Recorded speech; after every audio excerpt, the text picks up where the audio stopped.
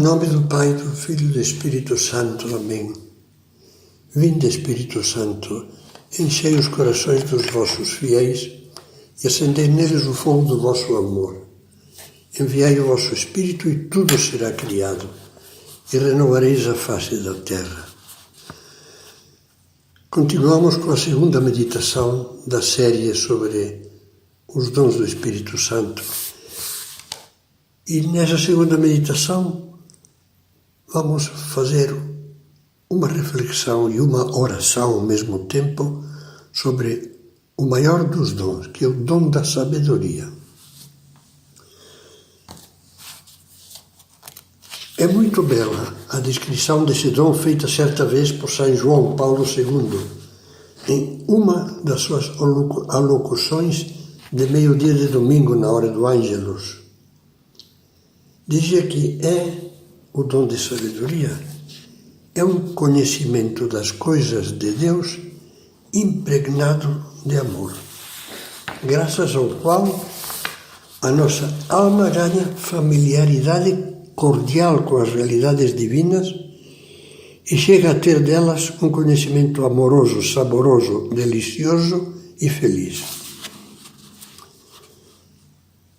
São João Paulo II deixa bem claro que a sabedoria que o Espírito Santo infunde nas almas que estão na graça de Deus não é uma sabedoria de sala de aula, nem o conhecimento teórico de um conjunto de verdades, por mais profundo que seja, mas um saber amoroso que cumula de luz e calor a inteligência e o coração e nos faz entrar em uma feliz afinidade com Deus.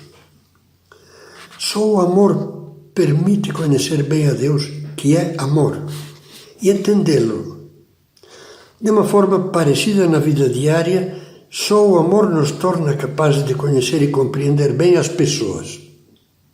Sem amor, achamos que as conhecemos, mas ficamos no escuro e apenas enxergamos verdades parciais, sombras, imagens confusas, misturadas com preconceitos e dúvidas. Como é fácil estar entre aqueles de que Jesus falava, citando o profeta Isaías. Tem olhos e não veem, tem ouvidos e não ouvem. Por que isso? Porque lhes falta a graça de Deus, porque lhes falta o amor que o Espírito Santo derrama nos corações. E por isso, como diz Jesus citando Isaías, seus corações se endureceram e já não compreendem nada nem se convertem. Se não abrirmos a alma à graça de Deus pela sinceridade e o arrependimento, a nossa fé vai secar e o nosso coração ficará blindado pela crosta do egoísmo, do pecado que cega para as coisas de Deus. Mas, se tivermos boa vontade e formos capazes de nos arrependermos sinceramente, o Espírito Santo nos concederá, juntamente com a graça divina, o dom de sabedoria. Ele inflamará então o nosso coração.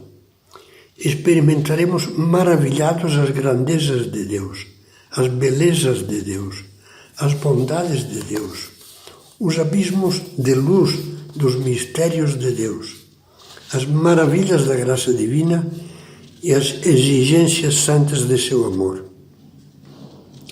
É uma felicidade que não tem igual na terra e que já é um prenúncio do céu. Então as coisas de Deus nunca nos parecerão pesadas, exageradas, negativas ou desagradáveis. Ler a Bíblia e rezar, por exemplo, ou participar ativamente da Santa Missa, nos trará uma grande felicidade e um grande consolo.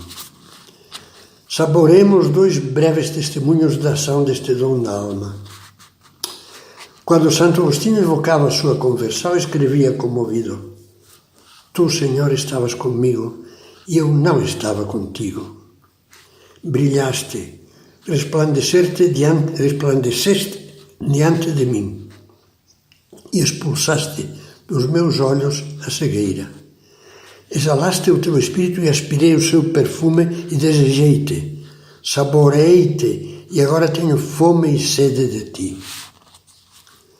O segundo testemunho é este. O poeta francês, convertido também, Paul Claudel, resumia: do lado em que há mais alegria é que há mais verdade. Essa frase é igualmente verdadeira quando dita ao contrário. Do lado em que há mais verdade é que há mais alegria. Ele experimentou que a sabedoria que o Espírito Santo infunde na alma com este dom é o conhecimento feliz de Deus. Não esqueçamos, porém, que esse conhecimento amoroso e feliz, fruto do dom da sabedoria, não fica só, nem principalmente nos sentimentos. Justamente por ser um conhecimento de amor autêntico, ele nos leva à doação, ao sacrifício generoso, à obediência à palavra e à vontade de Deus, ou seja, nos compromete. Lembre-se de que no dia da transfiguração, São Pedro, extasiado ao ver Jesus radiante de luz no alto do Monte Tabor, queria ficar lá para sempre.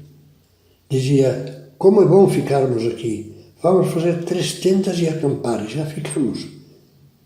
Em resposta, Jesus lhe esclareceu que se ele lhes tinha feito desfrutar daquela maravilha, era para que estivessem preparados para tomar a cruz e acompanhar o seu Senhor até o Calvário. Foi para reforçar isso que Jesus na última ceia disse: se me amais, guardareis os meus mandamentos. E acrescentou: ninguém tem maior amor do que aquele que dá a vida por seus amigos. A mesma coisa repete São João na sua primeira carta, no Evangelho, na primeira carta, o apóstolo que na ceia esteve ao lado de Jesus. Eis como sabemos, diz na carta, que conhecemos Jesus Cristo, se guardarmos os seus mandamentos. Aquele que diz conhecê-lo e não guarda os seus mandamentos é mentiroso, e a verdade não está nele. Aquele, porém, que guarda a sua palavra, nele o amor de Deus é verdadeiramente perfeito. E Jesus deu a sua vida por nós. Nós também devemos dar a nossa vida. Não sejamos do tipo de cristão que fala muito de Deus, que parece cheio de sabedoria, que até pretende dar lições aos outros e, no entanto, está atolado em erros e pecados porque não leva a sério os mandamentos de Deus.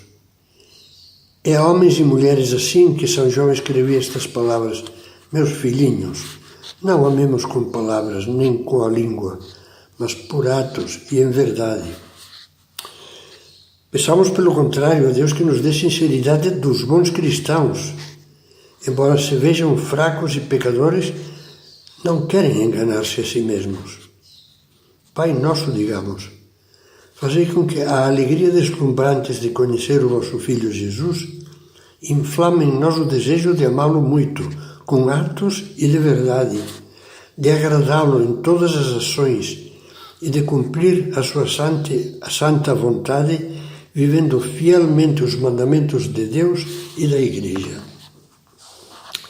Na alegria deslumbrante de conhecer Jesus que acabamos de pedir a Deus, está o grande segredo do cristão. Quando conhecemos Cristo de verdade, nós somos fortemente arrebatados pelo seu amor. Então nos tornamos capazes de assumir por ele os grandes ideais cristãos, com todas as suas exigências e compromissos, sem medo do sacrifício.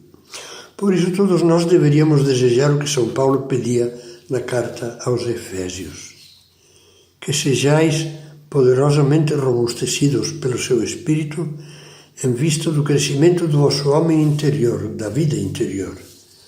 Que Cristo habite pela fé em vossos corações, arraigados e consolidados no amor, a fim de que possais compreender com todos os santos qual seja a largura, o comprimento, a altura e a profundidade, isto é, conhecer o amor de Cristo, que desafia todo conhecimento, e sejais cheios de toda a plenitude de Deus.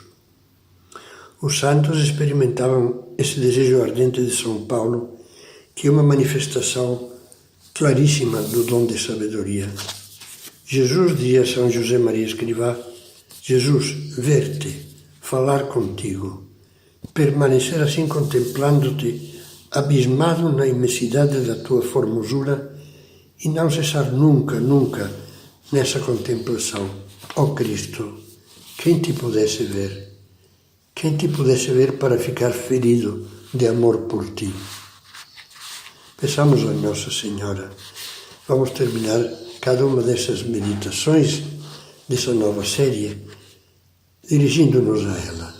Peçamos: Mãe, Esposa do Espírito Santo, concedido o Espírito Divino para nós, que cada vez nos enamore mais o rosto de Cristo, a palavra de Cristo, e a vida de Cristo e a morte de Cristo.